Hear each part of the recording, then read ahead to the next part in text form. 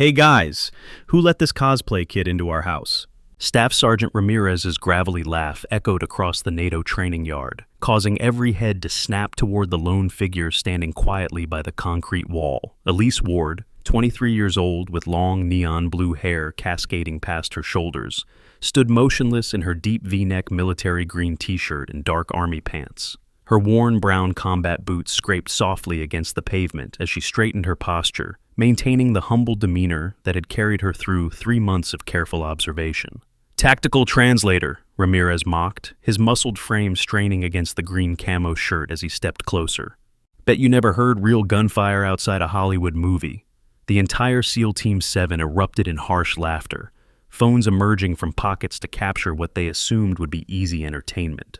None of the 40 elite personnel scattered across the compound suspected that the quiet blue-haired girl possessed something that could bring their entire unit to a standstill. But in the next 20 minutes, the sound of a single radio code and a tattoo hidden beneath her collar would completely reshape their understanding of true strength. They were about to learn that sometimes the most dangerous person in the room is the one nobody bothers to notice.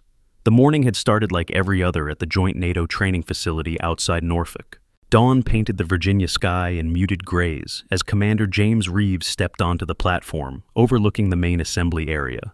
His weathered face, marked by 22 years of naval service, surveyed the assembled personnel with practiced efficiency. Today's briefing would introduce their civilian contractor support, a routine addition that barely registered on his priority list. "Listen up, people," Reeves announced, his voice cutting through the crisp autumn air. "We've got civilian translator support joining us for the next phase of tactical communications training. Specialist Ward will be observing our protocols and providing Arabic language consultation as needed."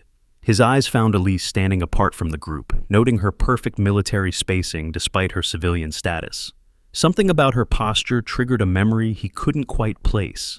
Staff Sergeant Diego Ramirez had already sized up the new arrival from his position near the equipment staging area. 6 feet 4 inches of pure muscle earned through 8 years of SEAL operations, he commanded respect through presence alone. The blue-haired translator looked like she'd wandered off a college campus into the wrong neighborhood. His squad gathered around him like iron filings to a magnet, feeding off his confidence and ready to follow his lead in whatever entertainment he had planned. "Boys, looks like we got ourselves a field trip supervisor," Ramirez announced, loud enough for his voice to carry across the yard. "Wonder if she's got her permission slip signed." The comment drew snickers from Team 7, their earlier skepticism now crystallizing into open mockery. Corporal Marcus Kane, the unit's weapons specialist, nodded approvingly, while Staff Sergeant Patricia Hayes smirked from her position near the communications equipment. Elise remained motionless during the verbal assault, her green eyes focused on some distant point beyond the fence line. Her breathing stayed controlled, hands relaxed at her sides, displaying none of the nervous energy civilians typically showed in military environments. The unconscious composure was the first breadcrumb, a subtle indicator that this woman possessed training her appearance didn't advertise. Lieutenant Sarah Blackwood approached from the administrative building, clipboard in hand, and skepticism etched across her features. As the unit's executive officer, she took protocol violations personally. Civilian contractors required proper documentation and clearance verification, especially in facilities handling classified training exercises. The blue-haired translator's paperwork had raised several red flags during her preliminary review.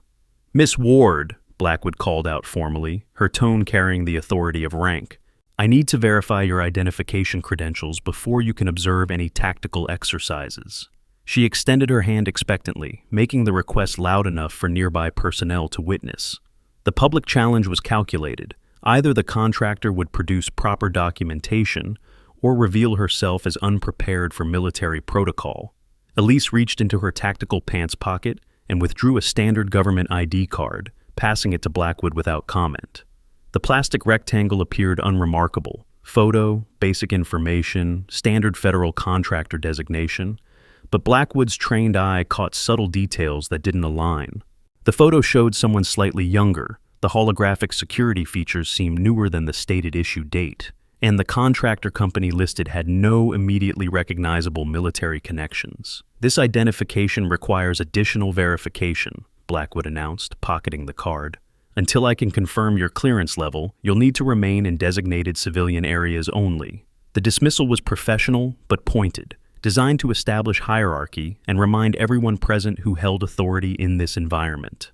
The morning's first tactical exercise began with radio communications training, a routine drill that tested coordination between ground units and command structures. Staff Sergeant Miguel Santos took point on the Arabic language component, reading tactical phrases from a laminated card with the confidence of someone who'd completed the military's standard language program. His pronunciation carried the typical American accent that marked most service members' foreign language attempts. "Ki fi al makan," Santos announced over the radio net, intending to order a checkpoint halt. His delivery was functional, but lacked the precise tonal qualities that separated textbook learning from practical fluency. The phrase would be understood by Arabic speakers, but it immediately identified the speaker as a foreign military operator rather than someone with native or advanced training. Elise's quiet voice cut through the radio chatter before Santos could continue. "Staff Sergeant, the correct pronunciation is Ki fil makan with a softer F and shortened vowel and makan. The way you're saying it translates closer to stand in the place rather than halt in position. In tactical situations, that distinction could mean the difference between compliance and confusion." The correction hung in the air like a challenge. Santos lowered his radio handset, his face flushing red beneath his camouflage paint. 26 months of language training, multiple deployments to Arabic-speaking regions, and now a civilian contractor was correcting his pronunciation in front of his unit. The embarrassment stung worse than the correction itself. "Thanks for the input," Santos replied through gritted teeth, "but I think 8 years of operational experience trumps whatever classroom theory you picked up." His dismissive tone drew approving nods from his teammates, but several veteran NCOs in the group quietly made note of the exchange. The contractor's correction had been technically accurate and tactically relevant, exactly the kind of knowledge that separated survival from disaster in hostile environments. Corporal Kane had been itching for his turn to test the newcomer's credentials.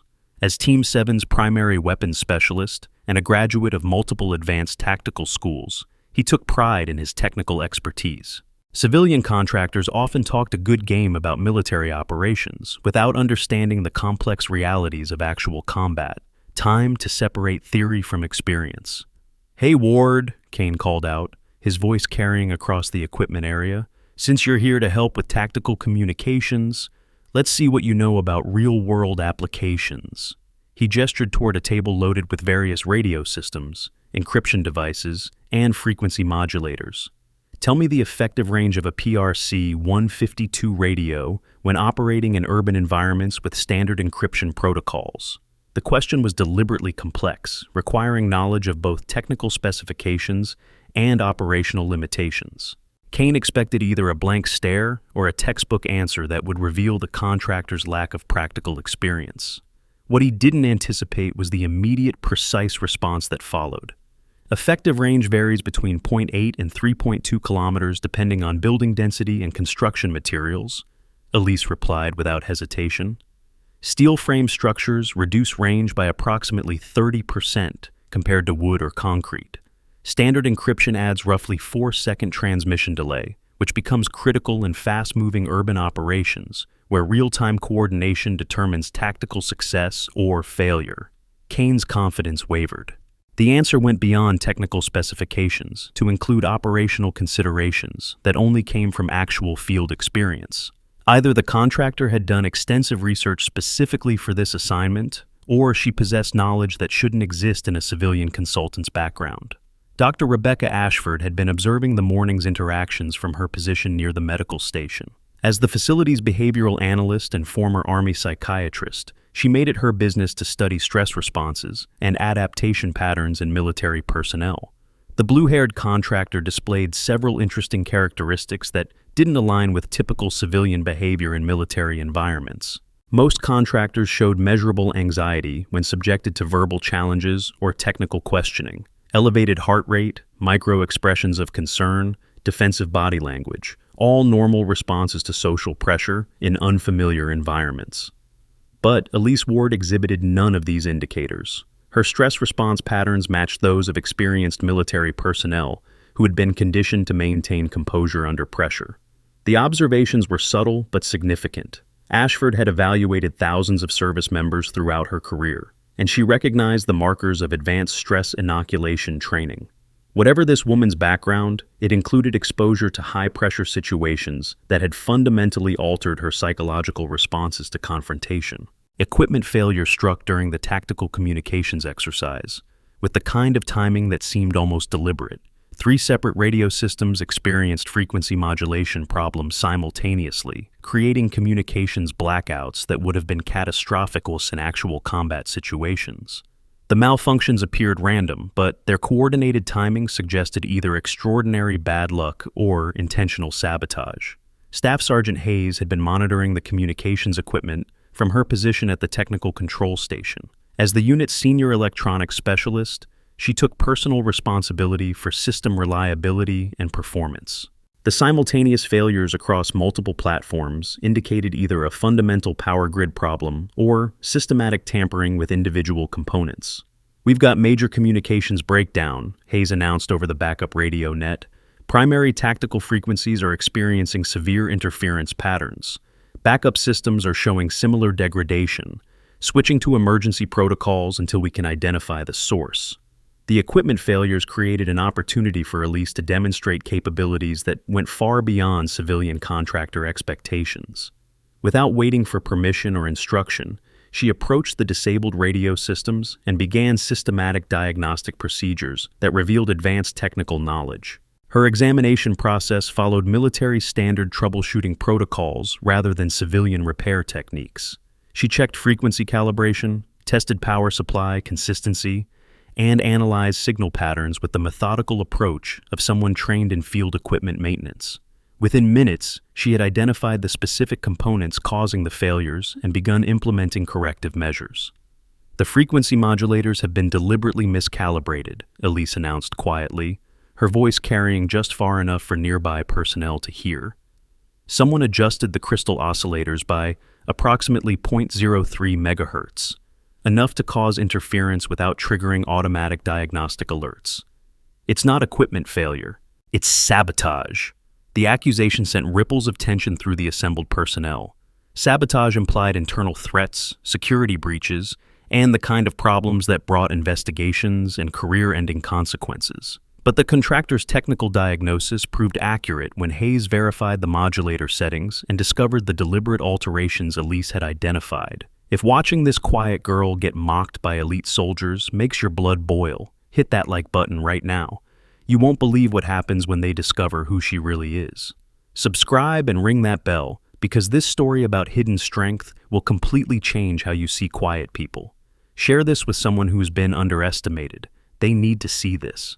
Kane decided to escalate his technical challenges, moving from basic radio procedures to classified operational protocols that civilian contractors should never have encountered. If the blue-haired translator was going to play expert, he'd test her knowledge against information that was strictly compartmentalized within special operations communities. "All right, Ward, since you seem to know radio systems," Kane said, his voice taking on a sharper edge, "let's talk about something more advanced. What's the standard protocol for maintaining communication security when operating in denied areas with compromised encryption keys?" The question delved into classified territory that required specific security clearances and operational experience. Kane expected either an admission of ignorance or a vague answer that would expose the contractor's limitations. Instead, Elise provided a response that demonstrated knowledge she shouldn't possess. "You implement rolling cipher protocols with randomized key rotation every 6 hours, she replied matter-of-factly. "Primary communication windows shift to predetermined alternate frequencies based on date-time stamps synchronized to Greenwich Mean Time. If primary encryption is compromised, you switch to phonetic substitution codes using current operational brevity words until secure channels can be re-established." The answer went beyond technical accuracy to include operational security measures that were highly classified. Kane felt his certainty begin to crack. Either this woman had somehow gained access to information far above her supposed clearance level, or her background included training that wasn't reflected in her official contractor status. Ramirez had been growing increasingly frustrated with the morning's developments. What started as simple entertainment at a civilian's expense had evolved into something that challenged his unit's expertise and authority. time to reassert dominance through more direct means. "You know what, Ward?" Ramirez announced loudly. "Talking tactics is one thing, but let's see how you handle actual military standards." He gestured toward the physical training area, where obstacle courses and endurance challenges tested soldiers' fitness levels. "How about we put you through some basic PT requirements? See if you can handle what real warriors deal with every day." The challenge was designed to expose the contractor's physical limitations and restore the natural order where military personnel demonstrated clear superiority over civilians. Ramirez had never met a civilian contractor who could match SEAL fitness standards, and he doubted the blue-haired translator would prove exceptional. Elise approached the obstacle course with the same quiet composure she'd maintained throughout the morning's confrontations. Her movement patterns displayed subtle efficiency that suggested advanced physical conditioning, but Ramirez dismissed the observation as wishful thinking. Civilians occasionally maintained personal fitness routines, but nothing compared to military-grade physical preparation. The course began with a 300-meter sprint that most civilians struggled to complete within acceptable time limits. Elise covered the distance with steady breathing and consistent pace, crossing the finish line well within military standards. Her technique showed proper running form and pacing strategy rather than the amateur sprinting that characterized most civilian attempts. Rope climbing required upper body strength and technique that took months of military training to develop properly. Civilians typically struggled with the grip strength and coordination necessary to ascend 30 feet of rope efficiently, but Elise climbed with fluid motions that demonstrated extensive experience with the exercise, reaching the top platform without visible strain or hesitation. The final obstacle involved a series of tactical movements under simulated combat conditions, crawling under wire barriers, sprinting between cover positions, and maintaining weapon readiness throughout the sequence. Military personnel practiced these movements until they became instinctive responses to battlefield conditions. Civilians rarely possessed the muscle memory necessary for smooth execution. Elise navigated the tactical course with movements that raised eyebrows among the observing NCOs. Her body positioning showed awareness of proper cover techniques. Her transitions between obstacles maintained consistent weapon orientation, and her overall approach demonstrated familiarity with combat movement protocols that exceeded civilian contractor expectations. Petty Officer Jennifer Cross had been watching the morning's events with growing interest rather than amusement. As the unit's senior hospital corpsman and a veteran of multiple combat deployments, she recognized certain indicators that her teammates were missing. The contractor's responses to physical and technical challenges suggested background experience that didn't match her supposed civilian status. Cross approached Elise during a brief break in the exercise rotation, ostensibly to check for any physical strain or injury concerns. Her medical training provided legitimate cover for closer observation and informal questioning about the contractor's background and experience levels. "You're handling the physical requirements better than most civilians we see here," Cross commented casually. "What kind of fitness background do you have? Personal trainer certification? Maybe some competitive athletics?" The question was designed to elicit information about Elise's physical conditioning while maintaining friendly, professional interest. Cross had learned to gather intelligence through casual conversation rather than direct interrogation, and she applied those skills to understanding the mysterious contractor's true capabilities. "I try to stay in shape," Elise replied simply, offering no additional details about her training background or fitness regimen. The non-answer was polite but revealed nothing, maintaining the pattern of minimal disclosure that had characterized all her interactions throughout the morning. But Cross noticed details that others missed. The contractor's hands showed callus patterns consistent with extensive rope climbing and weapons handling. Her muscle definition suggested strength training beyond normal civilian fitness routines. Most significantly, her breathing patterns and heart rate recovery indicated cardiovascular conditioning that took years of intensive training to develop. Dr. Ashford had positioned herself where she could observe both the physical challenges and the contractor's physiological responses to stress and exertion. Her behavioral analysis training included recognizing the markers of advanced physical conditioning and stress management techniques that characterize special operations personnel. Elise's stress responses continued to deviate from normal civilian patterns. Her cortisol indicators remained stable despite increasing social pressure and physical demands. Her focus and attention didn't waver when subjected to multiple simultaneous challenges. Most tellingly, her situational awareness remained consistently high, continuously monitoring her environment even while engaged in specific tasks. These were not characteristics that developed through civilian fitness programs or contractor training courses. They indicated exposure to military-grade stress inoculation and conditioning programs that fundamentally altered an individual's responses to pressure and threat situations. The weapons familiarization exercise began as a routine safety briefing for civilian contractors working around military equipment. Most contractors received basic orientation on weapon identification and safety protocols to prevent accidents or mishandling of dangerous equipment. The session typically lasted 30 minutes and required minimal interaction from civilian participants. Kane had arranged several weapon systems on display tables, including M4 rifles, M249 squad automatic weapons, and various pistol configurations. His plan involved testing the contractor's claimed tactical knowledge against actual hardware rather than theoretical discussions. Civilians typically revealed their ignorance quickly when confronted with real weapons rather than pictures or descriptions. "Ward, since you seem to know tactical communications," Kane announced, "let's see what you know about the weapon systems that make those communications necessary." He gestured toward the display table loaded with various firearms and accessories. "Tell me what you see here and how each system fits into tactical operations." The challenge required detailed knowledge of weapon specifications, tactical applications, and operational considerations that went far beyond basic civilian awareness. Kane expected either obvious ignorance or textbook answers that would reveal the contractor's lack of practical experience with military hardware. Elise approached the weapons display with careful, measured steps that immediately caught the attention of several experienced NCOs. Her movement patterns showed proper safety consciousness and familiarity with weapons handling protocols.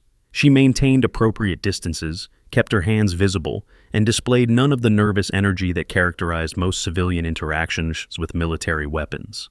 M4A1 carbine with 14.5-inch barrel, optimized for close-quarters combat but effective at ranges up to 500 meters, she began, indicating the primary rifle without touching it.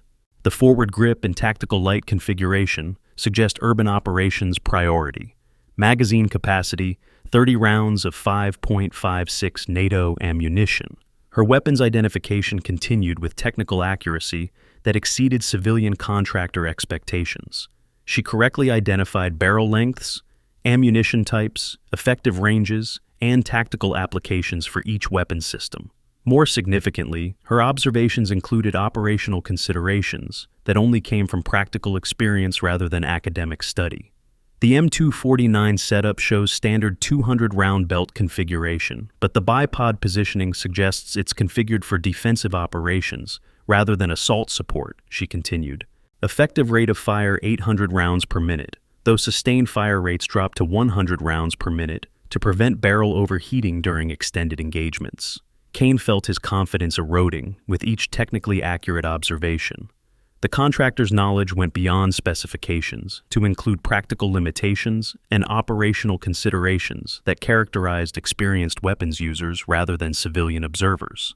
The morning's first major equipment failure struck during a routine radio check when multiple communication systems simultaneously experienced catastrophic malfunctions. Primary tactical frequencies went dead, backup systems showed severe signal degradation, and emergency protocols activated across the entire facility. The timing seemed suspicious, too coordinated to be accidental, too sophisticated to be random equipment failure. Hayes immediately began diagnostic procedures from her position at the technical control station. The failure pattern suggested systematic tampering rather than natural equipment breakdown. Multiple systems experiencing identical problems simultaneously indicated deliberate sabotage by someone with detailed knowledge of the facility's communication infrastructure. "All units, switch to backup frequency 77.25, Hayes announced over the emergency radio net. "Primary tactical communications are experiencing coordinated failure. This appears to be deliberate interference rather than equipment malfunction."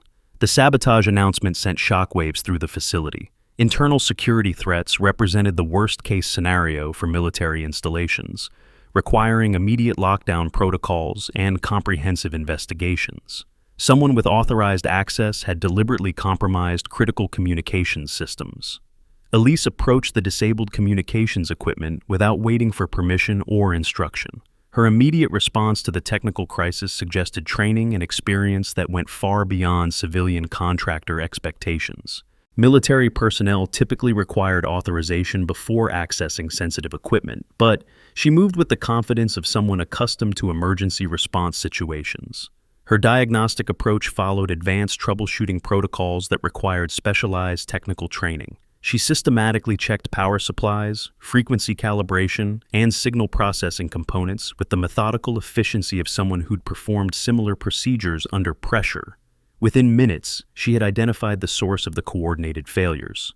The interference is coming from internally generated signals on frequencies adjacent to your primary tactical channels, she announced to Hayes. Someone's running a low-power jamming system that's designed to look like equipment malfunction rather than active interference. The source appears to be mobile, probably a portable device that can be moved to avoid detection. Her analysis proved accurate when facility security teams located a sophisticated jamming device hidden in one of the equipment storage areas. The device was military-grade hardware that required specialized knowledge to operate effectively. Its discovery confirmed that the morning's communication failures were indeed deliberate sabotage. Ramirez was running out of patience with the morning's unexpected developments. Every challenge his team presented to the civilian contractor had been met with responses that exceeded expectations and revealed knowledge that shouldn't exist in her background. Time to escalate the pressure and force her to reveal her limitations. "You know what, Ward?" Ramirez announced with growing frustration. "You talk a good game about tactics and weapons and communications, but military service isn't about technical knowledge. It's about handling pressure when everything goes wrong simultaneously. Let's see how you perform when things get real." He gestured toward the tactical scenario training area where simulated combat situations tested personnel under stress. The exercises were designed to overwhelm participants with multiple simultaneous challenges that required quick decision-making and stress management. Most civilians broke down quickly when subjected to military-grade pressure situations. Elise's tactical communications device featured military-grade encryption technology capable of functioning in extreme combat environments.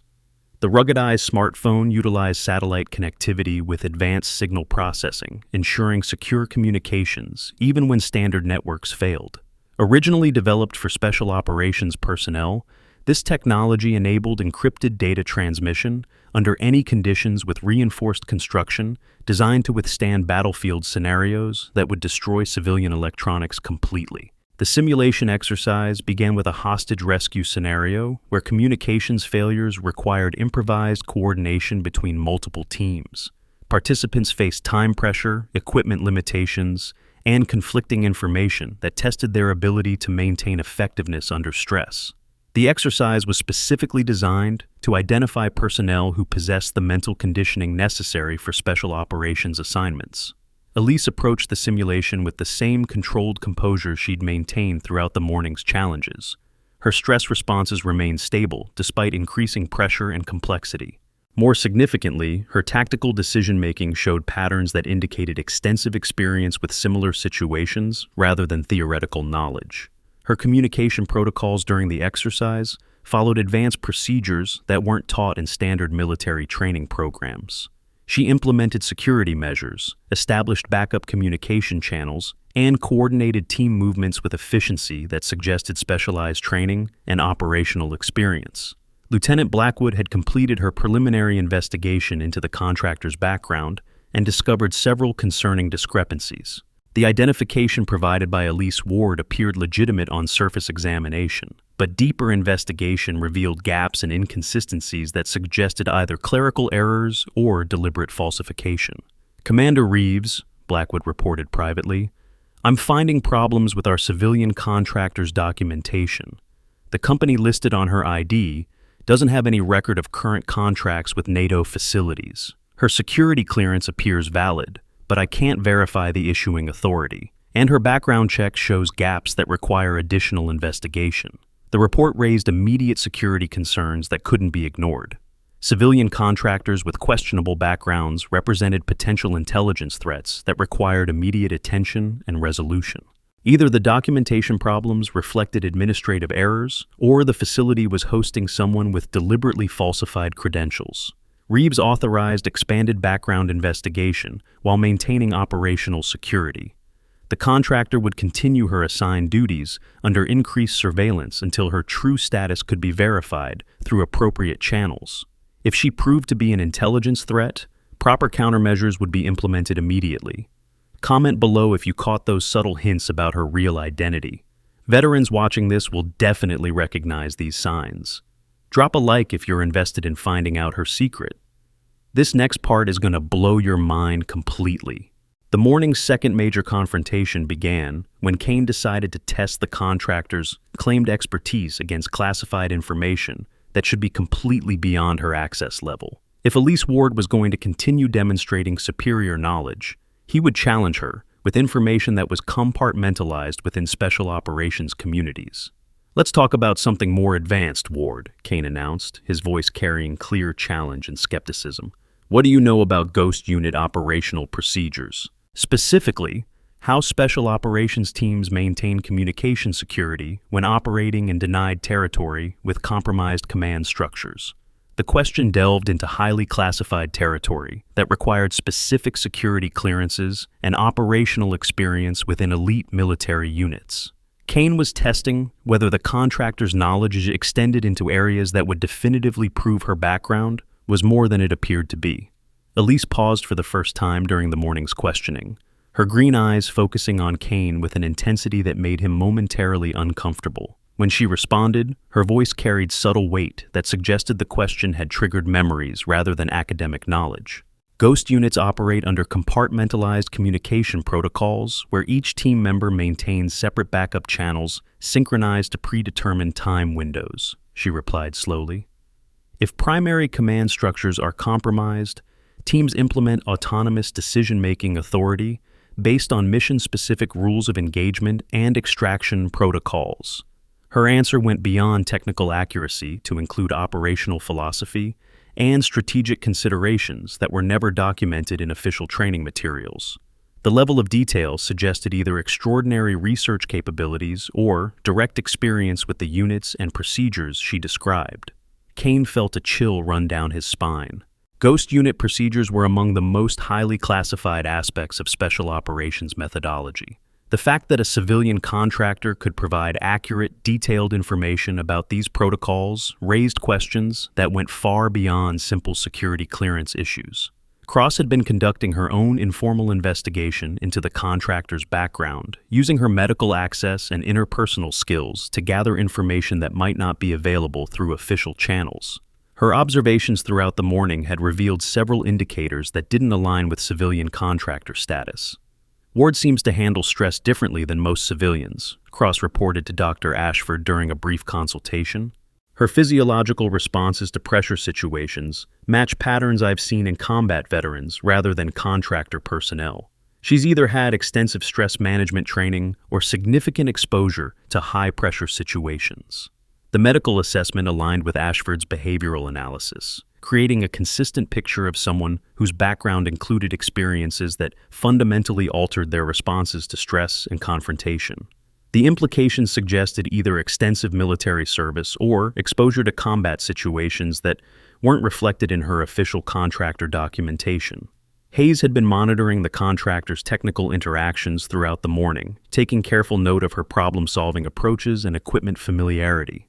Her observations revealed patterns that suggested advanced technical training beyond standard civilian qualifications. "She's not just identifying equipment problems," Hayes has reported to her supervisors. "She's implementing solutions that follow military standard procedures rather than civilian repair techniques. Her diagnostic protocols match special operations technical training rather than contractor certification programs." The assessment raised additional questions about the contractor's true background and training history. Either she had somehow acquired advanced military technical skills through unofficial channels, or her background included service experiences that weren't documented in her contractor file. The facility's first major security alert triggered when automated monitoring systems detected unauthorized access attempts to classified databases. Someone was conducting systematic searches for information related to special operations units and personnel records. The timing coincided suspiciously with the contractor's arrival and the morning's technical problems. "We have potential security breach in progress," the facility security officer announced over secure channels. "Automated systems are detecting probe attempts against classified personnel databases. The search pattern suggests someone is looking for specific information about special operations units and assignments." The security alert required immediate lockdown protocols and comprehensive investigation procedures. All personnel would be subject to additional screening and monitoring until the source of the unauthorized access could be identified and neutralized. The timing suggested a connection to the morning's other security incidents. Reeves was beginning to piece together the morning's unusual events into a pattern that suggested coordinated activity rather than random coincidences. Equipment failures, security alerts, and a civilian contractor with questionable credentials arriving simultaneously raised concerns that required immediate attention and investigation. The tactical scenario training reached its climax when the simulation shifted from routine exercises to high-stress emergency procedures that tested personnel under extreme pressure. Multiple simultaneous crises required rapid decision-making, improvised solutions, and the kind of mental conditioning that separated elite military personnel from standard service members. Elise's performance during the crisis simulation exceeded all expectations and revealed capabilities that definitively proved her background extended far beyond civilian contractor status. Her tactical decision-making, stress management, and operational knowledge demonstrated training and experience that existed only within special operations communities. When communications failed completely during the simulation, she implemented backup procedures that weren't taught in standard training programs. Her command and control protocols followed advanced methodologies that required years of specialized education and practical experience to master. Her comprehensive veteran benefits package included specialized life insurance policies designed specifically for former special operations personnel. These high-tier programs provided extensive coverage up to millions of dollars, featuring combat injury protection and PTSD treatment coverage.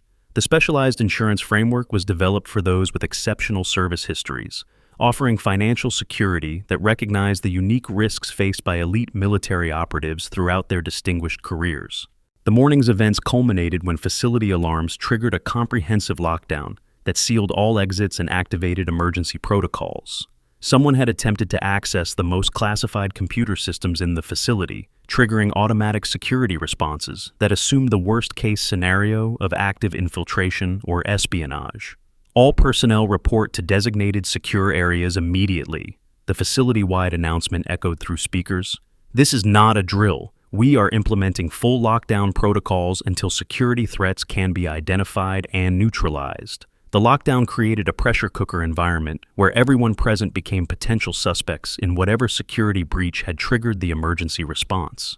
Personnel were separated into secure areas where they would remain until individual background checks and security screenings could be completed. Hayes had been monitoring the situation from her position at the technical control station when she made a discovery that changed everything. The security breach hadn't been initiated by external infiltration. It had been triggered by internal access attempts using credentials that shouldn't exist. "Commander, I've identified the source of the security alert," Hayes reported through secure channels. "The database access attempts were made using Ghost Unit authentication codes that should have been deactivated years ago. Someone with access to highly classified credentials is conducting systematic searches for information about special operations personnel." The revelation sent shockwaves through the facility's command structure. Ghost Unit credentials were among the most sensitive and highly protected authentication systems in the military. Their use suggested either a massive security breach or the presence of someone whose background included access to information that was supposed to be completely compartmentalized. Reeves was beginning to understand that the morning's events were connected in ways that went far beyond coincidence. The civilian contractor, the equipment failures, the security alerts, and now the use of classified authentication codes created a pattern that suggested deliberate orchestration rather than random occurrence. The moment you've been waiting for is coming. Before the big reveal drops, smash that subscribe button because you'll want to see what happens next. This is the part that will go viral. Get ready for your jaw to drop. Kane had run out of conventional challenges and decided to test the contractor's knowledge against information that was so highly classified that its mere mention would prove definitively whether her background was legitimate or fabricated. He was about to ask questions that would either expose her as a fraud or reveal something extraordinary about her true identity. "All right, Ward," Kane announced with growing desperation, "let's talk about Ravenfall. What do you know about Operation Ravenfall and the Ghost Hawk units that were involved?" The question hung in the air like a live grenade. Operation Ravenfall was among the most classified missions in Special Operations history, involving units that officially didn't exist and casualties that were never publicly acknowledged. Kane expected either complete ignorance or generic responses that would prove the contractor's limitations. Instead, Elise went completely still. Her breathing pattern changed, her facial expression shifted, and something in her eyes suggested that Kane had just triggered memories rather than academic knowledge. When she responded, her voice carried weight that made everyone present understand they were witnessing something significant. "Ravenfall was a Ghost Hawk UR-7 mission in eastern Afghanistan," she said quietly. "August 15, 2014. 6 operators inserted to extract 73 civilian aid workers from a compound that intelligence said was lightly defended." Her voice grew softer. Intelligence was wrong. It was a trap. 300 Taliban fighters were waiting. The response was too specific, too detailed, and too emotionally charged to be anything other than first-hand knowledge. Kane felt his blood turn cold as he realized he had just asked someone to describe a mission she had personally experienced rather than researched. Cross moved closer, her medical training automatically assessing Elise for signs of trauma response or psychological distress. The contractor's descriptions of classified operations were triggering physiological responses that indicated direct personal involvement, rather than academic familiarity. "The mission was classified as total loss," Kane continued weakly, his earlier confidence completely evaporated. No survivors were officially reported. The entire unit was listed as killed in action. Elise looked directly at him, and her green eyes held depths that spoke of experiences no civilian contractor should possess. "Officially," she agreed quietly, "but official reports don't always tell the complete story." The classified training protocols Elise had mastered were now available through advanced online military education programs. These comprehensive courses covered tactical communications, strategic planning, and leadership development using curriculum developed by former special operations instructors. Students gained access to professional networks and certification programs that opened doors to high-level security consulting and defense contracting opportunities requiring top-secret clearance levels. Dr. Ashford had been observing the contractor's responses throughout the increasingly intense questioning, and her psychological assessment was reaching conclusions that challenged everything they thought they knew about Elise Ward's background and identity. "Commander," Ashford reported through private channels, "the subject's stress responses and emotional indicators are consistent with someone who has direct personal experience with the events being discussed. Her physiological reactions suggest traumatic memory activation rather than academic recollection." The assessment confirmed what several personnel were beginning to suspect. The civilian contractor possessed knowledge and experiences that went far beyond what her official documentation suggested. Either she had somehow gained access to extraordinarily classified information, or her background included direct involvement in operations that were supposed to be completely compartmentalized. Reeves was beginning to understand that the morning's events had been building toward this moment. The equipment failures, security alerts, and technical demonstrations had all been leading to revelations that would fundamentally change their understanding of who Elise Ward really was and why she had appeared at their facility. The facility-wide lockdown intensified when additional security alerts triggered automated systems designed to prevent unauthorized personnel from accessing or leaving the compound. Every exit was electronically sealed, communication systems were restricted to emergency channels only, and personnel were confined to secure areas until the security situation could be completely resolved. Hayes made another discovery that sent shockwaves through the facility's command structure. The database searches hadn't been random intelligence gathering. They had been specifically targeting information about Ghost Hawk 7 and Operation Ravenfall survivors. Someone was looking for information about personnel who were officially listed as killed in action. "The search parameters are very specific," Hayes reported. Someone is looking for classified information about Ravenfall survivors and current status of personnel who were listed as KIA. The access codes being used are authenticated, but they're supposed to be deactivated. The revelation meant that either their security systems had been fundamentally compromised, or someone with legitimate access to the highest levels of special operations intelligence was conducting searches for reasons that weren't immediately apparent. Ramirez had been listening to the increasingly intense exchanges with growing unease. What had started as simple harassment of a civilian contractor had evolved into discussions of classified operations and security breaches that were far beyond his understanding or comfort level. Something was very wrong with the entire situation. "Ward," he called out, his voice lacking its earlier confidence. "What exactly are you doing here? This isn't normal contractor behavior. Civilians don't know this kind of information."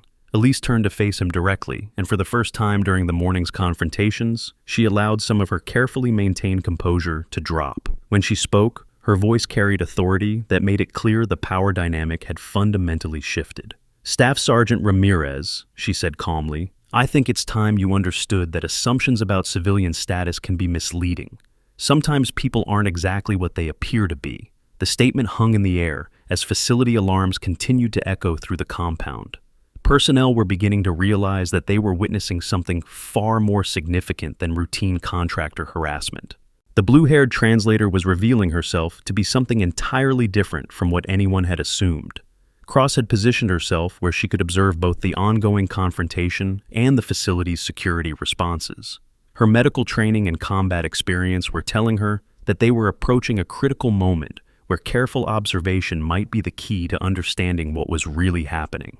The electronic lockdown systems had created an environment where everyone present was trapped together until the security situation could be resolved. There would be no escaping whatever revelations were about to unfold, and no avoiding the consequences of whatever truths were about to be revealed. Kane was staring at Elise with growing recognition and dawning horror. The pieces were beginning to fit together in ways that challenged everything he thought he knew about civilian contractors and military operations. His questions about classified missions had triggered responses that suggested direct personal involvement rather than academic knowledge. Blackwood had her phone out, frantically trying to contact higher authority for guidance on how to handle a situation that had evolved far beyond routine contractor management. The security alerts, classified information discussions, and increasingly intense confrontations required intervention from personnel with much higher security clearances and operational authority. The morning sun had climbed higher in the Virginia sky, but inside the locked facility, the atmosphere had grown heavy with tension and anticipation. Everyone present could sense that they were approaching a moment of revelation that would fundamentally change their understanding of the quiet, blue-haired woman who had endured their mockery with such composed patience. Elise stood in the center of the assembled personnel, no longer the humble civilian contractor who had been subjected to harassment and technical challenges. Her posture had subtly shifted, her awareness had sharpened, and something in her presence suggested that the careful facade she had maintained throughout the morning was about to be dramatically revealed. The facility's emergency systems continued their automated responses, sealing exits and restricting communications, while security personnel worked to identify and neutralize whatever threats had triggered the comprehensive lockdown. But the greatest revelation was about to come not from their investigation, but from the woman they had all underestimated. As electronic systems hummed around them and emergency lights cast harsh shadows across the compound, everyone present was about to discover that sometimes the most dangerous person in the room is exactly the one you never suspected, and that legends sometimes walk among ordinary people, waiting for the right moment to reveal themselves. The electronic lockdown systems had transformed the NATO facility into a pressure cooker where mounting tension threatened to explode at any moment. Commander Reeves stood at the central control station, his weathered face illuminated by the harsh glow of emergency lighting as security alerts continued cascading across multiple monitoring screens. Every exit remained sealed, every communication channel restricted, and every person present had become a potential suspect in whatever security breach had triggered the comprehensive emergency response.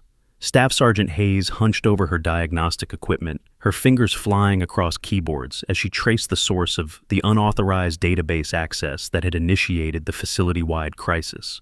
The search patterns were becoming clearer with each passing minute, revealing a systematic investigation into classified records that shouldn't exist and personnel files that were supposed to be permanently sealed. "Commander, I've got more details on the security breach," Hayes reported through the secure communication channel. "The database searches aren't random intelligence gathering. Someone's conducting targeted research on specific operations and personnel. The search parameters include Operation Ravenfall, Ghost Hawk 7 unit composition, and current status updates on personnel listed as killed in action." The revelation sent ice through Reeves's veins. Ghost Hawk 7 represented one of the most classified units in Special Operations history. Their mission so sensitive that most personnel files had been sealed beyond even standard Special Operations clearance levels. Someone with access to authentication codes that should have been deactivated years ago was systematically searching for information about operations and personnel that officially never existed. Kane was staring at Elise with growing recognition that made his earlier confidence seem like a distant memory. Her responses to his increasingly complex technical challenges had revealed knowledge that went far beyond civilian contractor capabilities. But her reaction to questions about Operation Ravenfall had triggered something deeper, memories that carried the weight of personal experience rather than academic research. "Ward," Kane said slowly, his voice lacking its earlier aggressive confidence, "how do you know operational details about Ravenfall that weren't included in any official reports?" That information was classified at levels that restrict access to personnel who were directly involved in planning or execution.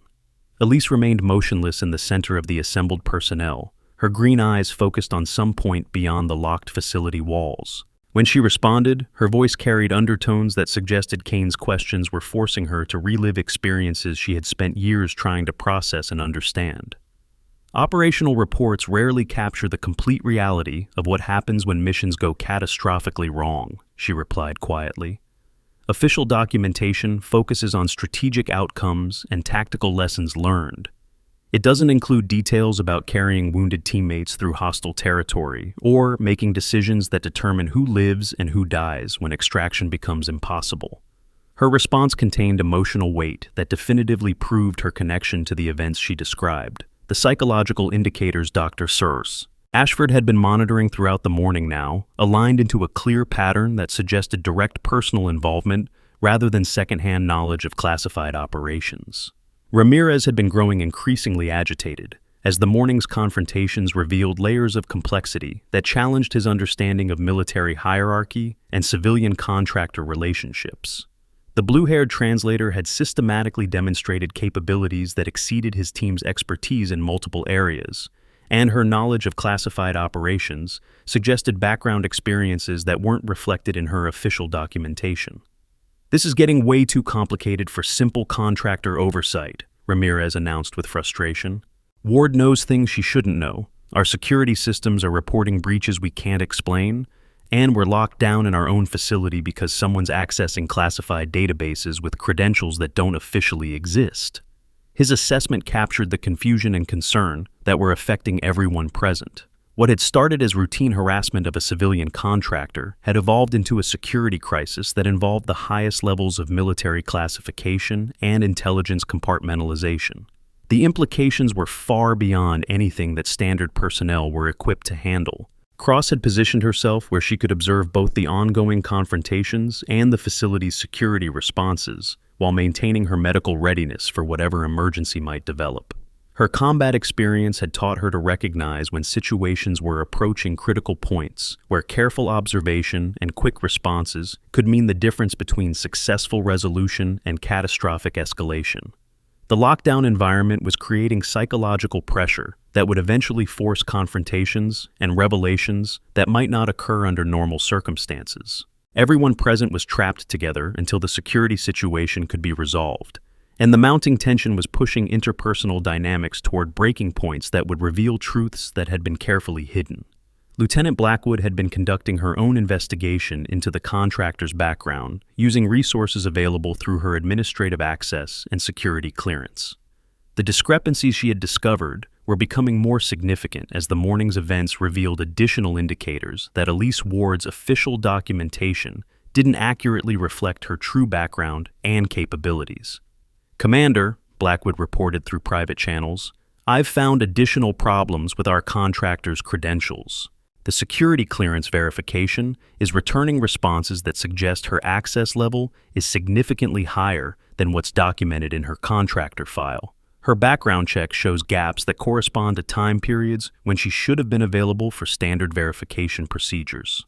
The administrative investigation was revealing patterns that aligned with the technical and operational knowledge Elise had demonstrated throughout the morning. Either she had somehow gained unauthorized access to multiple levels of classified information, or her background included service experiences that weren't reflected in her civilian contractor documentation. Dr. Ashford had been compiling her behavioral analysis throughout the morning's increasingly intense confrontations, and her psychological assessment was reaching conclusions that would fundamentally change their understanding of who Elise Ward really was and why she had appeared at their facility.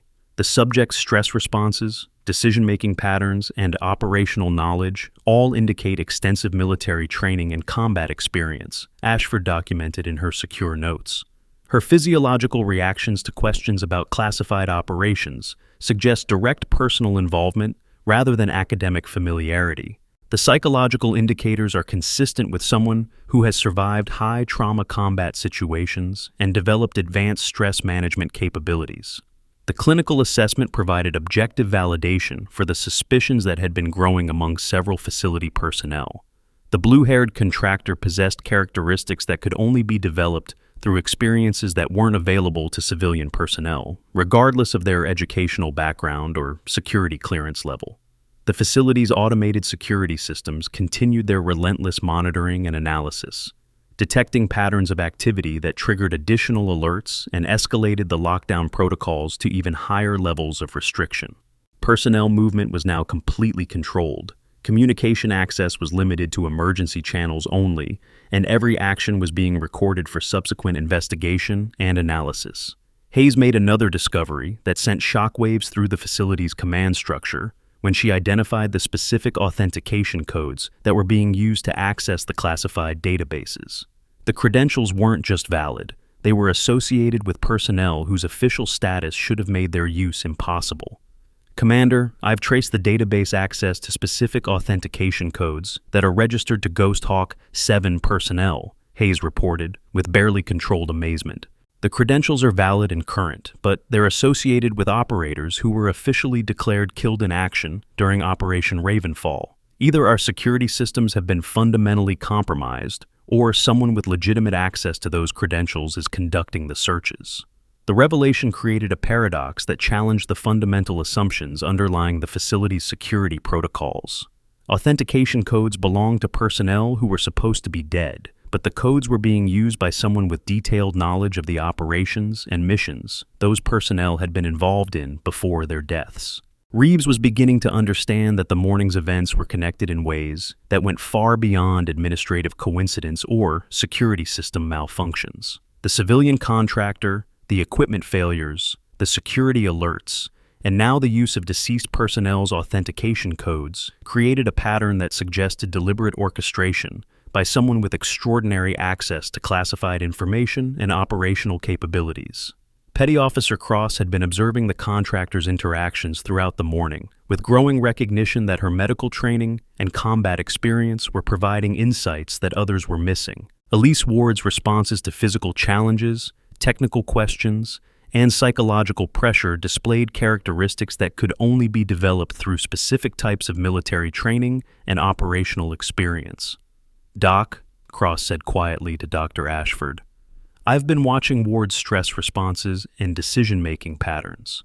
Her physiological indicators match what I've seen in personnel who've survived high-intensity combat operations. The way she handles pressure situations and maintains situational awareness suggests training that goes way beyond civilian contractor programs." The medical assessment aligned with Ashford's psychological observations, creating a comprehensive picture of someone whose background included experiences that fundamentally altered their responses to stress, confrontation, and crisis situations. The implications suggested either extraordinary civilian training programs or direct military service that wasn't reflected in official documentation.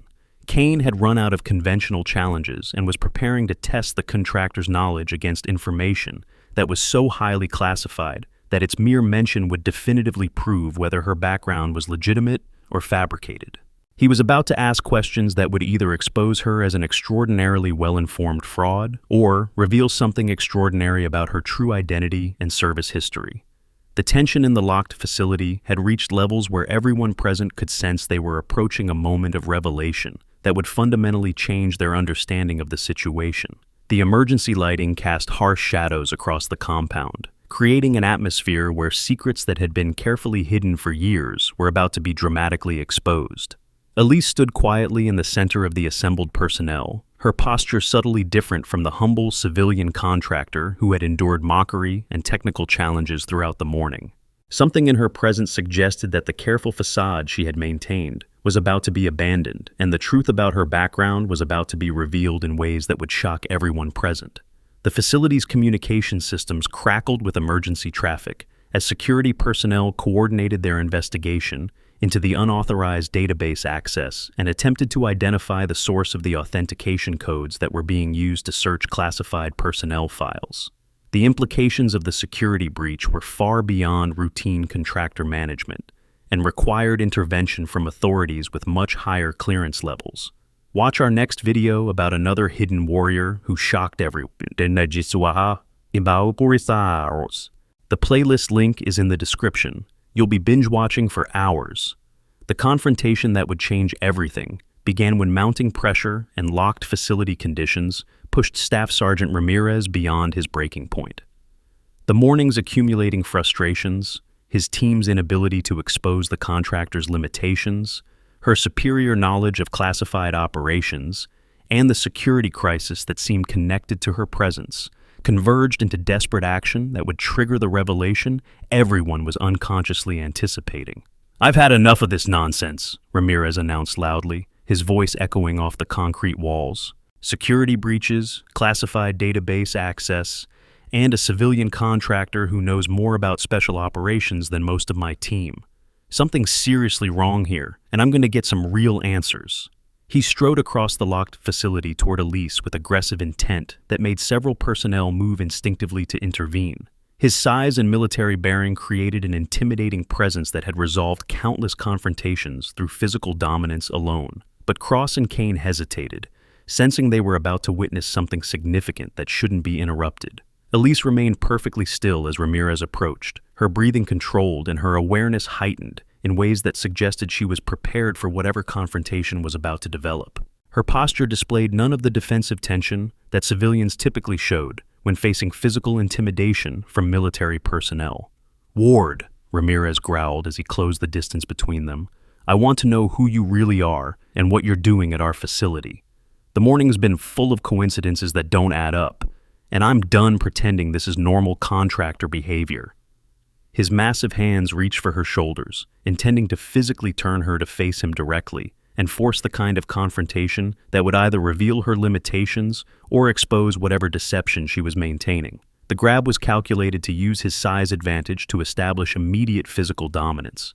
But as Ramirez's hands closed on the fabric of Elise's military green t-shirt, several things happened simultaneously that would change everything about the morning's confrontations and revelations. The deep V-neck design of her shirt made the fabric particularly vulnerable to tearing when subjected to sudden stress. As Ramirez attempted to turn her around forcefully, his grip on the shoulder area created tension that the worn material couldn't withstand. The sound of ripping fabric cut through his facility's emergency noise like a gunshot, immediately drawing every eye to the confrontation. The tear extended from her collar down across her shoulder blade, exposing skin that had been carefully hidden beneath clothing designed to conceal rather than reveal. What was revealed in that moment of torn fabric and exposed skin sent shockwaves through every person present in the locked facility. Etched across Elise's left shoulder blade in stark black ink was a tattoo that made everyone who saw it freeze in place with recognition and disbelief. The artwork was masterfully detailed, a black hawk with wings spread wide in flight position, its talons extended and eyes rendered with an intensity that suggested deadly purpose. Beneath the hawk, Roman numerals 7 were inscribed in military precision, and along the wing's edge, small but clearly readable text spelled out, "Ghost Hawk 7. The silence that followed the tattoo's exposure was absolute and profound. For 3 full seconds, no one moved, no one breathed, no one spoke. The emergency alarms continued their automated warnings, but the human element of the facility had gone completely still as everyone processed what they were seeing. Petty Officer Cross was the first to break the silence, her voice barely above a whisper, but carrying clearly in the stunned quiet. Holy cow, that's impossible. The tattoo represented something that transcended normal military markings or unit identifications. Ghost Hawk 7 was legendary within special operations communities, a unit so classified that most personnel weren't certain it had ever actually existed. The operators who had served in ghost units were myths, stories told in whispered conversations about missions that never appeared in official records and personnel who accomplished impossible objectives under conditions that defied survival. Commander Reeves felt his knees weaken as recognition hit him like a physical blow. His 22 years of naval service had included exposure to the highest levels of special operations intelligence, and he knew exactly what the tattoo represented. Ghost Hawk 7 had been involved in the most classified missions in modern military history, their operators selected from the absolute elite of special operations communities. Without conscious thought, Reeves snapped to rigid attention and rendered a perfect military salute, the kind of formal recognition reserved for extraordinary service and sacrifice that transcended normal military courtesy. His weathered face displayed emotions that ranged from amazement to profound respect as he held the salute with unwavering precision. The sight of their commanding officer saluting a civilian contractor sent additional shockwaves through the assembled personnel. Reeves' military bearing and decision-making had earned respect throughout his career, and his actions carried authority that made everyone present understand they were witnessing something of extraordinary significance. Kane felt the blood drain from his face as he stared at the exposed tattoo and processed its implications. His morning of technical challenges and classified questions had been directed at someone whose background included operational experiences that exceeded his own by orders of magnitude. The embarrassment was overwhelming, but it was overshadowed by recognition of the service and sacrifice the tattoo represented. "Forgive me, Master Chief," Kane said quietly, his voice carrying genuine remorse and newfound respect. The use of military rank came instinctively as he processed the reality of who he had been challenging and testing throughout the morning's confrontations. Ramirez had released his grip on the torn fabric and stepped backward as if the tattoo was electrically charged. His face cycled through expressions of shock, recognition, and something approaching terror as he realized the magnitude of his mistake. The casual harassment and physical intimidation he had directed at a civilian contractor had actually been aimed at someone whose service record and operational experience dwarfed his own achievements. Lieutenant Blackwood stood frozen with her mouth partially open, her administrative concerns and documentation problems suddenly seeming trivial compared to the revelation that was unfolding before her eyes. Her investigations into the contractor's background had revealed discrepancies and gaps, but she had never imagined that those irregularities concealed an identity of such extraordinary significance. Hayes abandoned her security monitoring equipment and moved closer to get a better view of the tattoo, her technical expertise allowing her to recognize details that others might miss.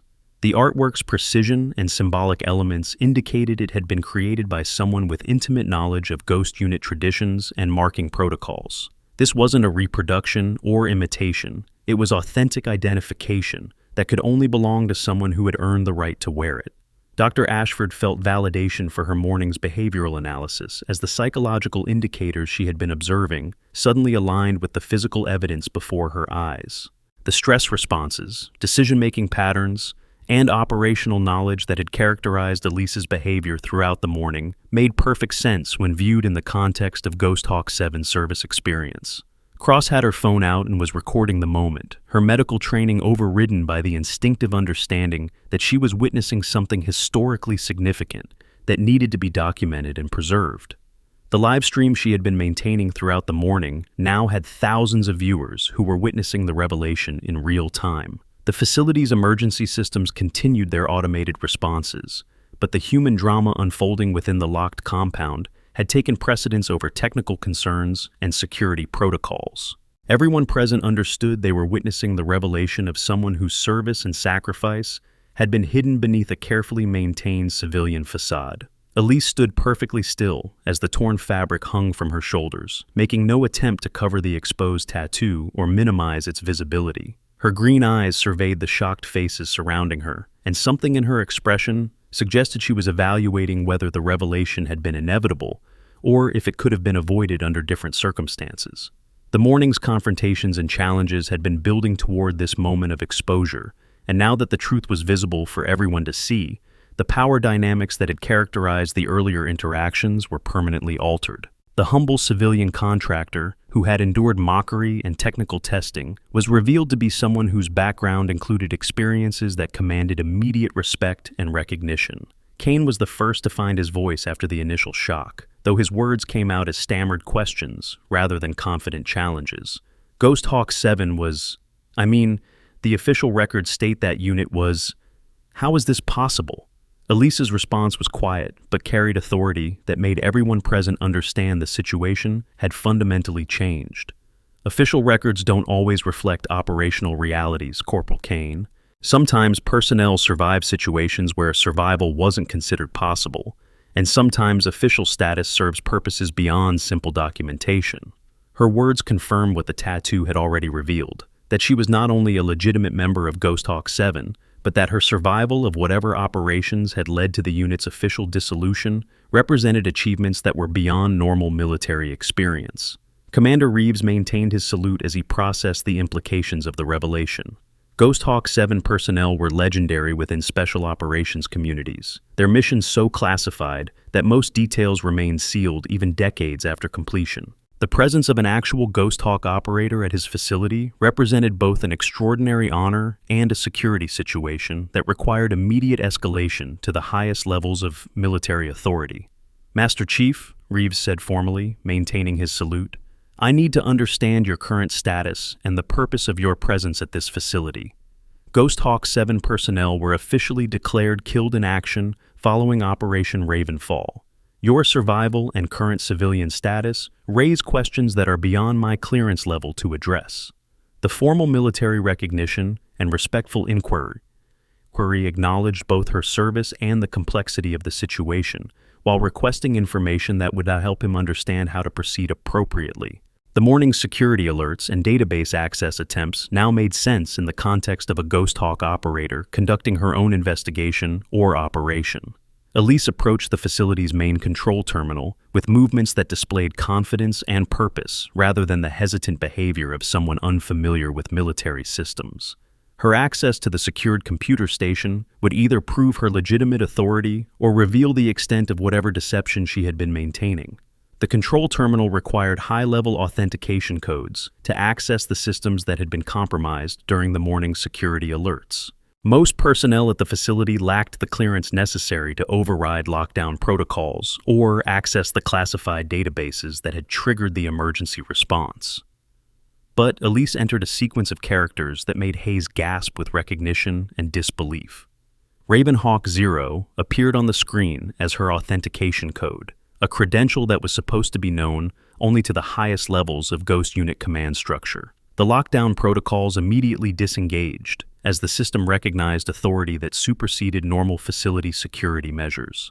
Emergency lighting shifted from harsh red to standard operational white, exit doors unlocked with audible clicking sounds, and communication systems restored full functionality throughout the compound. The ease with which she had resolved the security crisis that had paralyzed the entire facilities demonstrated access levels that went far beyond civilian contractor capabilities. Her authentication codes carried authority that overrode systems designed to resist penetration by the most sophisticated threats. Hayes stared at her monitoring equipment in amazement as security alerts ceased and system status indicators returned to normal operational parameters. That authentication code has clearance levels I have never seen before, she announced to anyone within hearing range.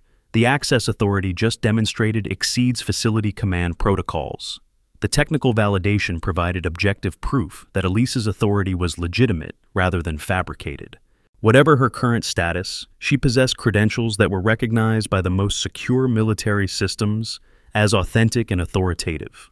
Cross had been recording the entire sequence on her phone, and her live stream now had viewers numbering in the tens of thousands as word spread through social media about the extraordinary revelation unfolding at the NATO facility. The comments section was exploding with questions and speculation about the identity and background of the woman who had just demonstrated such remarkable authority. Reeves approached Elise with the formal bearing of someone addressing a superior officer, though the protocol for interacting with supposedly deceased special operations personnel wasn't covered in standard military training. The situation required improvisation, based on respect for service and recognition of extraordinary circumstances. "Master Chief," he said formally, "what are your orders regarding this morning's events and the facility's operational status? Your clearance level appears to supersede my command authority, and I'm prepared to implement whatever protocols you deem appropriate." The offer of command authority acknowledged both her demonstrated credentials and the reality that her presence at the facility was connected to purposes beyond routine contractor support. Whatever mission or investigation had brought her to the NATO compound was operating at levels that exceeded normal facility operations. Elise pulled a worn challenge coin from her tactical pants pocket, the metal surface showing signs of handling and age that spoke of years of carry and use. The coin's design immediately identified its origin to anyone familiar with special operations traditions and unit markings. The challenge coin bore the Ghost Hawk 7 emblem, a death's head hawk with wings spread in aggressive posture, surrounded by text that identified the unit and its operational designation. The metal was darkened with age and handling, and subtle wear patterns indicated it had been carried through multiple deployments and operations. "This coin was issued to me following completion of Ghost Hawk 7 selection and training," Elise explained as she displayed the artifact. 7 operators received these coins. 6 were returned to families following Operation Ravenfall. This is the 7th. The challenge coin represented physical evidence that corroborated her claims and provided tangible proof of her connection to the legendary unit. Challenge coins couldn't be reproduced or fabricated without extraordinary effort, and the wear patterns and age characteristics supported her claims about its authenticity and significance. Kane examined the coin with the reverence appropriate for a relic of special operations history, noting details that confirmed its authenticity and significance. The metal composition, engraving precision, and design elements all match specifications for genuine Ghost Unit challenge coins rather than commercial reproductions or commemorative items. From her tactical bag, Elise withdrew a sealed plastic envelope containing what appeared to be an aged photograph, its edges worn from handling, and its surface protected by the kind of preservation methods used for important documents. The image showed 7 figures in tactical gear, their faces partially obscured by shadows and equipment, but their military bearing unmistakable. "Operation Ravenfall Team Photo," she said quietly, passing the image to Commander Reeves. "Taken 48 hours before insertion. 6 operators, 1 forward observer, 1 mission that was supposed to be routine extraction of civilian aid workers from a lightly defended compound." The photograph provided visual evidence that supported her claims about involvement in the classified operation. The tactical gear, weapons configurations, and positioning all matched intelligence photographs from special operations missions, and the figure's postures displayed the confidence and readiness characteristic of elite military units. Reeves examined the photograph with careful attention to details that would either support or contradict her claims. The equipment visible in the image matched timeframes and operational specifications for Ghost Hawk 7 missions, and the figure she indicated as herself displayed characteristics consistent with special operations personnel. Intelligence reports stated that all personnel were killed in action during the mission, Reeves observed carefully. Official documentation indicates no survivors and complete loss of operational capability. Elise's response carried emotional weight that made everyone present understand they were hearing first-hand testimony about events that had been classified beyond normal historical documentation. Official reports focus on strategic outcomes rather than individual survival stories. 6 operators died during the mission. 1 survived long enough to be extracted and treated at classified medical facilities. Her explanation provided context for the discrepancies between official records and her current presence at the facility. The classification levels associated with Ghost Hawk operations were so high that individual survival details wouldn't be included in standard after-action reports, especially if operational security required maintaining the fiction of complete unit loss. Cross had been monitoring social media responses to her live stream, and the reaction was unprecedented in her experience with military-related content. Comments were pouring in from viewers who recognized the significance of the Ghost Hawk revelation, with many claiming connections to special operations communities and validating the extraordinary nature of what they were witnessing. The stream has gone completely viral, Cross announced to the assembled group. We've got over 50,000 viewers and climbing. People are sharing this across every platform, and the comments include verification from personnel who claim knowledge of Ghost Hawk operations. The social media explosion meant that the morning's revelation was spreading far beyond the locked facility, reaching audiences that included active and retired special operations personnel who could provide additional context and validation for the extraordinary claims being made about Elise's background and service. Dr. Ashford had been compiling her behavioral analysis throughout the morning's increasingly intense confrontations, and the tattoo revelation provided the final piece of evidence that confirmed her psychological assessment. The subject's stress responses, operational knowledge, and decision-making patterns are completely consistent with someone who has survived high-trauma combat operations and developed the psychological conditioning characteristic of elite special operations personnel. The clinical validation provided objective support for the claims and evidence that had been revealed throughout the morning. Elise's behavioral indicators matched established patterns for personnel who had undergone the training and experiences associated with Ghost Unit service, lending credibility to her assertions about survival and continued operational capability. The facility's communication systems had been restored to full functionality following Elise's authentication code entry, and external contacts were beginning to reach the compound as word of the morning's events spread through appropriate military channels. Higher authority was becoming aware that something extraordinary was happening at the NATO facility. Reeves received an encrypted communication that made his face pale as he processed information that was being transmitted from command levels far above his normal operational authority. Whatever guidance he was receiving indicated that Elise's presence and revelation were connected to purposes that extended beyond routine facility operations. "I'm receiving instructions from Special Operations Command," Reeves announced carefully. It appears that this morning's events were anticipated by higher authority, and specific protocols have been established for this situation. The revelation that Senior Command had been aware of Elise's presence and had prepared contingency plans suggested that her appearance at the facility was part of a larger operation or investigation, rather than coincidental contractor assignment. The implications raise questions about the true purpose of her civilian disguise and the objectives of whatever mission had brought her to the compound. Ramirez had been standing in shocked silence since the moment the tattoo was revealed, processing the magnitude of his error in judgment and the potential consequences of his morning's behavior towards someone whose service record exceeded his own by extraordinary margins. The harassment and physical intimidation he had directed at a civilian contractor had actually been aimed at a legendary special operations veteran. "Master Chief," Ramirez said quietly, his voice carrying genuine remorse and respect, "I owe you a formal apology for this morning's behavior. My actions were unprofessional and inappropriate, and they dishonored both your service and my own military training." The apology represented acknowledgement of the fundamental shift in power dynamics that had occurred with the tattoo revelation. Ramirez's earlier confidence and aggression had been based on assumptions about civilian contractor status that were now completely invalidated by evidence of extraordinary military service and sacrifice. Kane approached with similar remorse, recognizing that his technical challenges and classified questioning had been directed at someone whose operational knowledge exceeded his own understanding by significant margins. "Master Chief, my behavior this morning demonstrated ignorance and disrespect that I deeply regret. Your patience with our testing and challenges showed professional courtesy that we didn't deserve." The technical specialist's apology acknowledged both the futility of his attempts to expose her limitations and the grace with which she had endured challenges from personnel whose experience was vastly inferior to her own. The morning's confrontations had revealed his own limitations rather than exposing any weaknesses in her background or capabilities.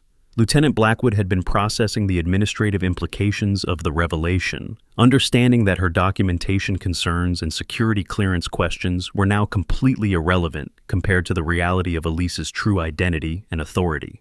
"Master Chief, I need to apologize for questioning your credentials and attempting to restrict your facility access. My administrative procedures were inappropriate given your actual status and clearance level.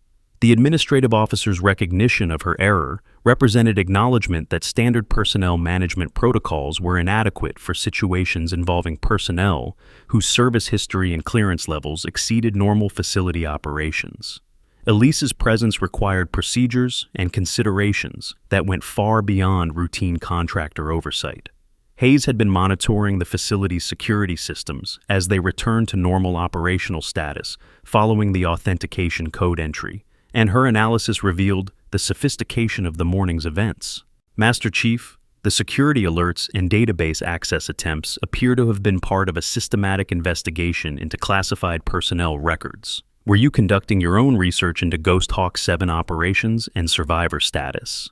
The question addressed the connection between Elise's presence and the morning's technical problems, suggesting that her investigation into classified records had triggered the security alerts and lockdown protocols that had created the pressure cooker environment leading to her revelation. Elise's response provided context for the morning's events while maintaining appropriate operational security about whatever mission or investigation had brought her to the facility. My current assignment includes verification of certain personnel records and operational outcomes that weren't fully documented in official reports. This facility's database access was necessary to complete that verification process. Her explanation confirmed that the morning's security incidents had been connected to her investigation rather than external threats or system malfunctions. The sophisticated database access and authentication code use were legitimate activities conducted under authority that exceeded normal facility security measures.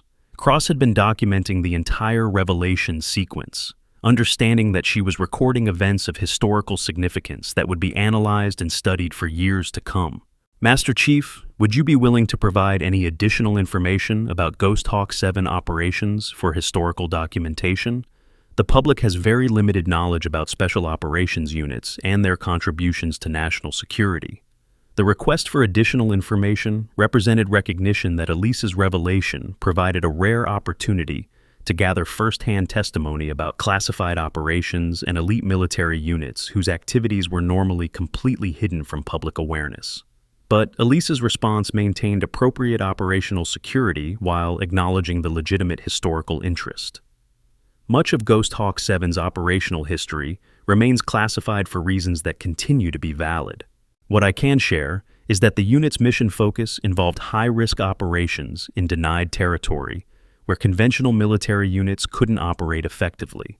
Her careful answer provided general information about the unit's capabilities and mission scope while avoiding specific details that might compromise ongoing operations or reveal classified methodologies and procedures. Dr. Ashford approached with professional interest in the psychological aspects of Elise's survival and continued service following traumatic combat experiences. Master Chief, from a medical standpoint, your ability to maintain operational effectiveness following the trauma associated with Operation Ravenfall represents remarkable psychological resilience. Would you be willing to discuss the recovery and rehabilitation process that enabled your continued service? The medical inquiry addressed legitimate clinical interest in understanding how elite military personnel recover from extreme trauma while maintaining their operational capabilities and psychological stability. Elise's response acknowledged the medical significance while maintaining personal privacy about specific treatment details. Recovery from combat trauma requires specialized medical support and psychological rehabilitation that's designed specifically for special operations personnel. The process is lengthy and comprehensive, but it's possible to regain operational effectiveness with proper treatment and support. Her answer provided general information about trauma recovery while avoiding specific details that might be personally sensitive or operationally classified. The facility's atmosphere had fundamentally shifted from the confrontational tension that had characterized the morning's events to something approaching reverence and respect as personnel processed the extraordinary revelation and its implications. The humble civilian contractor, who had endured mockery and technical challenges, was revealed to be someone whose service and sacrifice commanded immediate recognition and honor. Reeves had been coordinating with higher authority throughout the revelation sequence, and he received additional guidance that would determine how the morning's events would be officially documented and reported. Master Chief, I'm receiving instructions regarding the classification and reporting requirements for this morning's events. It appears that specific protocols have been established for situations involving Ghost Unit personnel and their operational status. The administrative guidance indicated that Senior Command had anticipated the possibility of Elise's revelation and had prepared contingency plans for managing the security and publicity implications of her identity becoming known to facility personnel. The morning's events had created a situation where classified information and personnel identities were now known to dozens of individuals with varying security clearance levels and potential access to social media platforms. Managing the operational security implications would require careful coordination between multiple military and intelligence agencies. Cross's livestream had been documenting the entire revelation sequence for thousands of viewers, creating a permanent record that would be impossible to suppress or classify after the fact. The social media exposure meant that traditional operational security measures would be inadequate for managing public awareness of the events. Master Chief, Cross announced, the live stream audience has grown to over 100,000 viewers, and the content is being shared across every major social media platform. This revelation is becoming public knowledge at a rate that's impossible to control through traditional security measures. The social media explosion represented both an opportunity and a challenge for operational security management. While public awareness of Ghost Hawk 7 and special operations capabilities might enhance recruitment and public support, it also created security vulnerabilities that could compromise ongoing operations. Elise's response to the publicity concern showed understanding of both the benefits and risks associated with public exposure. Social media attention can serve positive purposes by highlighting the service and sacrifice of special operations personnel, but it requires careful management to prevent compromise of ongoing operations and personnel security. Her balanced perspective suggested experience with managing public attention while maintaining appropriate operational security measures and protecting personnel who remained in active service. The facility's personnel had been processing the morning's revelation and its implications for their understanding of military service, special operations capabilities, and the hidden contributions of personnel whose service couldn't be publicly acknowledged. The experience had fundamentally changed their perspective on assumptions about civilian contractors and the potential for extraordinary backgrounds to be concealed beneath humble appearances. Kane spoke for many of the assembled personnel when he addressed the broader implications of the morning's events. Master Chief, this morning has taught us important lessons about making assumptions based on appearances and the danger of underestimating people whose backgrounds we don't fully understand. His observation captured the educational value of the revelation for military personnel who might encounter similar situations in their future service. The experience provided practical lessons about respect, humility, and recognition of service that transcended normal military training programs. The morning's confrontations and challenges had revealed character traits and decision-making patterns among the facility personnel that would influence their future development and advancement opportunities. The revelation had created a natural evaluation environment where individual responses to extraordinary circumstances revealed leadership potential and professional values. Ramirez had demonstrated both the limitations of leadership based solely on physical dominance and the capacity for growth when confronted with evidence that challenged his assumptions. His willingness to acknowledge error and show appropriate respect suggested potential for continued development as a military leader. Kane's technical expertise and questioning approach had revealed both strengths and weaknesses in his professional development, while his immediate recognition of his error and genuine remorse demonstrated the kind of character that enabled continued growth and learning throughout a military career. Cross's documentation instincts and social media savvy had created historical records that would serve educational and inspirational purposes for years to come, while her medical training and professional curiosity had contributed valuable insights to the morning's events. Hayes's technical capabilities and security monitoring had provided crucial support for understanding the morning's events, while her professional focus and systematic approach had enabled successful resolution of complex security challenges. Lieutenant Blackwood's administrative thoroughness had revealed important security considerations, and her willingness to acknowledge the limitations of standard procedures demonstrated the kind of flexibility necessary for effective military leadership. Dr. Ashford's behavioral analysis and psychological expertise had provided objective validation for the extraordinary claims and evidence presented throughout the morning, contributing scientific credibility to events that might otherwise seem impossible to believe. Commander Reeves's leadership throughout the crisis had demonstrated the kind of judgment and decision-making that enabled effective command during unprecedented situations, while his immediate recognition and respect for Elise's service showed the values and character that justified his command authority. The collective response of the facility personnel to the morning's revelation provided a positive example of military values and professionalism that honored both Elise's service and the traditions of the armed forces. As the immediate shock of the revelation began to settle into more thoughtful consideration of its implications, personnel began asking questions about the broader significance of Ghost Hawk 7 operations and their impact on national security and special operations development. Master Chief, Hayes asked, can you provide any information about how Ghost Hawk 7 operations influence the development of current special operations capabilities and procedures? Understanding the historical evolution of elite military units helps inform current training and operational planning. The question addressed legitimate professional interest in military history and development while seeking information that might be available for educational purposes without compromising ongoing operations. Elise's response provided general historical context while maintaining appropriate security boundaries. Ghost Hawk operations contributed to the development of current special operations procedures in areas including deep reconnaissance, direct action in denied territory, and coordination with intelligence agencies for complex missions. Many current capabilities trace their origins to lessons learned during Ghost Unit operations. Her answer acknowledged the historical significance of the unit's contributions while avoiding specific details that might compromise current operational capabilities or reveal classified methodologies. The educational value of the morning's events extended beyond the immediate personnel present to include the broader military community that would learn about the revelation through official reports and social media coverage. The experience provided practical lessons about service, sacrifice, and recognition that could enhance military culture and values. Cross had been monitoring social media responses throughout the revelation sequence, and the public reaction was providing valuable insights into civilian attitudes toward military service and special operations capabilities.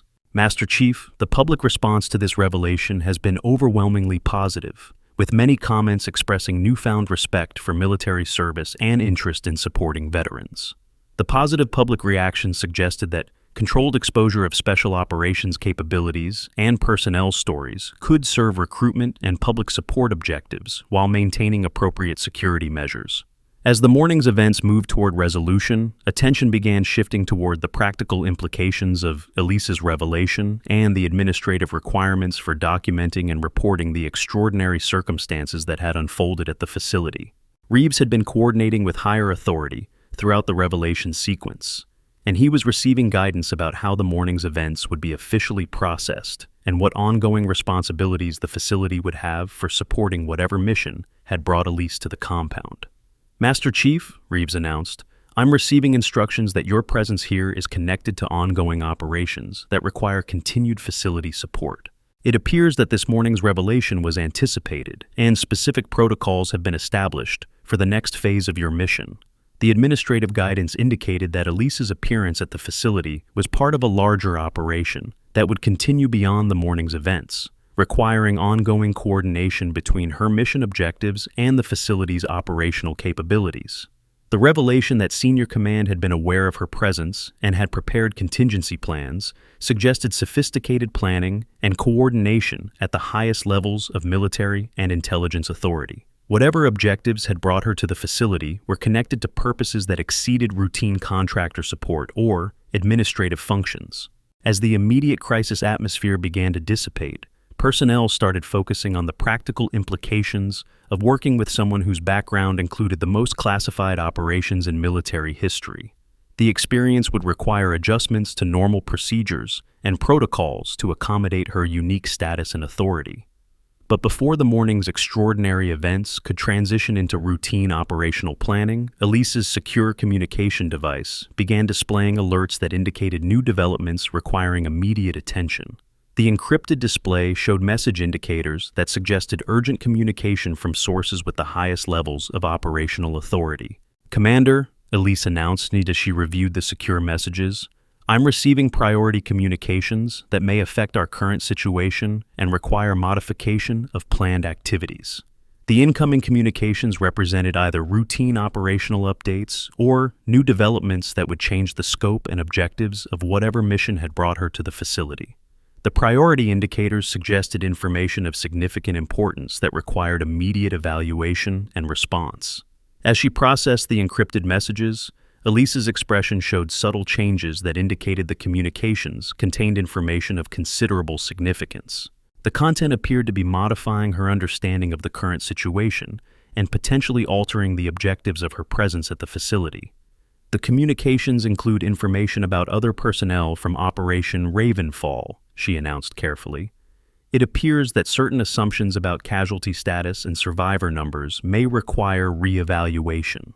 The revelation that other Ravenfall personnel might have survived the operation sent shockwaves through the assembled personnel who had spent the morning processing the extraordinary nature of her individual survival. The possibility of additional survivors raised questions about the scope and implications of whatever had really happened during the classified mission. Cross had been recording the entire sequence of events, and the suggestion of additional survivors created additional historical and social media significance for the morning's documentation. Master Chief, are you saying that other Ghost Hawk 7 personnel may have survived Operation Ravenfall? The question addressed the most significant implication of the new communications, that the official casualty reports and unit status declarations might not accurately reflect the operational outcomes and personnel status following the classified mission. Elise's response maintained appropriate security while acknowledging the significance of the new information. The communication suggests that casualty assessments and personnel status reports may have been incomplete or deliberately modified for operational security reasons. Additional investigation may be required to determine accurate status for all Ravenfall personnel. Her careful answer indicated that the morning's revelation might be only the beginning of a larger story, involving multiple survivors and operational outcomes that had been concealed for security reasons. The possibility of additional Ghost Hawk 7 survivors created implications that extended far beyond the individual recognition and respect that had characterized the morning's revelation. If multiple operators had survived the mission, their current status and activities would represent ongoing operational capabilities that could affect current military planning and operations. Hayes had been monitoring the facility's communication systems throughout the morning's events, and she detected additional encrypted traffic that suggested high-level coordination regarding the new information about potential survivors. Master Chief, we're receiving multiple encrypted communications from various command authorities. It appears that your revelations are triggering significant coordination at levels well above our facility's normal operational scope. The administrative activity indicated that the morning's events were being reported and coordinated at the highest levels of military and intelligence authority, with implications that extended far beyond routine facility operations. As personnel processed the possibility of additional Ravenfall survivors, attention began focusing on the practical implications of such revelations for current military operations and planning. The existence of Ghost Hawk 7 personnel who had been presumed dead for years would require comprehensive reevaluation of operational security and personnel management procedures. Commander Reeves received additional encrypted guidance that made his expression grow serious as he processed information that appeared to significantly expand the scope and implications of the morning's events. Master Chief, I'm receiving instructions that suggest this situation has national security implications that require immediate escalation to the highest levels of government authority. The escalation to national security classification indicated that the morning's revelation and the possibility of additional survivors created security considerations that exceeded normal military operational planning and required coordination with intelligence agencies and executive authority. The transformation of a routine contractor oversight situation into a national security matter demonstrated the extraordinary significance of Ghost Hawk 7 operations and the ongoing implications of personnel who had been presumed dead but were now revealed to be alive and potentially active. As the morning's events approached their conclusion, everyone present understood that they had witnessed something of historical significance that would be remembered and studied for years to come. The revelation of Ghost Hawk 7's survival and the possibility of additional personnel represented a chapter in special operations history that had been hidden until extraordinary circumstances forced its exposure. But the most significant moment was yet to come, as Elise prepared to share information that would fundamentally change their understanding of Ghost Hawk 7 operations and their ongoing implications for national security and military planning. The encrypted communications confirmed that 2 additional Ghost Hawk 7 operators survived Operation Ravenfall, she announced quietly. Their current status and activities are classified, but their survival means that Ghost Hawk's 7 operational capability was never completely eliminated. The confirmation of additional survivors meant that the unit's legendary capabilities remained active rather than historical, with ongoing implications for special operations planning and national security considerations that extended far beyond the morning's individual revelation. Cross's documentation had captured the entire sequence of revelations, creating a historical record that would serve educational and inspirational purposes while highlighting the ongoing service and sacrifice of personnel whose contributions couldn't be fully acknowledged through normal channels. As facility personnel processed the complete scope of the morning's revelations, they understood that they had witnessed something extraordinary: the emergence from hiding of legendary military personnel whose service had been concealed for operational security, but whose contributions to national security continued in ways that couldn't be fully appreciated or acknowledged. The morning's events had demonstrated that heroism and extraordinary service often remained hidden until circumstances forced their revelation, and that assumptions about civilian contractors or humble appearances could conceal backgrounds of remarkable service and sacrifice. But most importantly, the revelation had shown that Ghost Hawk 7's legacy of impossible missions and extraordinary achievements continued in ways that honored the memory of fallen comrades while protecting national security through ongoing service that transcended normal recognition or acknowledgement. Commander Reeves approached Elise with the formal bearing appropriate for addressing someone whose service had earned legendary status within special operations communities. Master Chief, what are your orders regarding our facility's ongoing support for your mission and any coordination requirements with the other surviving Ghost Hawk 7 personnel? The question acknowledged both her authority and the reality that the morning's revelation had created ongoing operational requirements that would extend far beyond routine facility operations. As the NATO facility's emergency lighting returned to normal operational status and personnel began processing the extraordinary events of the morning, everyone present understood that they had witnessed something that would change their understanding of military service, special operations capabilities, and the hidden contributions of personnel whose sacrifice often remained unacknowledged. The quiet civilian contractor who had endured mockery and technical challenges throughout the morning had been revealed as someone whose background included the most classified and dangerous operations in military history, whose survival represented achievements that defied normal expectations, and whose continued service honored the memory of fallen comrades while protecting national security in ways that couldn't be fully appreciated. But perhaps most significantly, the morning's events had demonstrated that heroism and extraordinary service often walked among ordinary people, hidden beneath humble appearances and civilian clothing, waiting for the right moment to reveal themselves when duty and circumstance demanded their unique capabilities and experience. The legend of Ghost Hawk 7 lived on, not in official records or public recognition, but in the continued service of survivors who carried their fallen comrades' memory forward through ongoing missions that remained as classified and dangerous as those that had originally forged their legendary reputation. And as the Virginia sun climbed higher in the autumn sky, casting long shadows across the NATO facility where extraordinary truth had been revealed through extraordinary circumstances, everyone present understood that they had been privileged to witness something that would forever change their understanding of what real service and sacrifice looked like.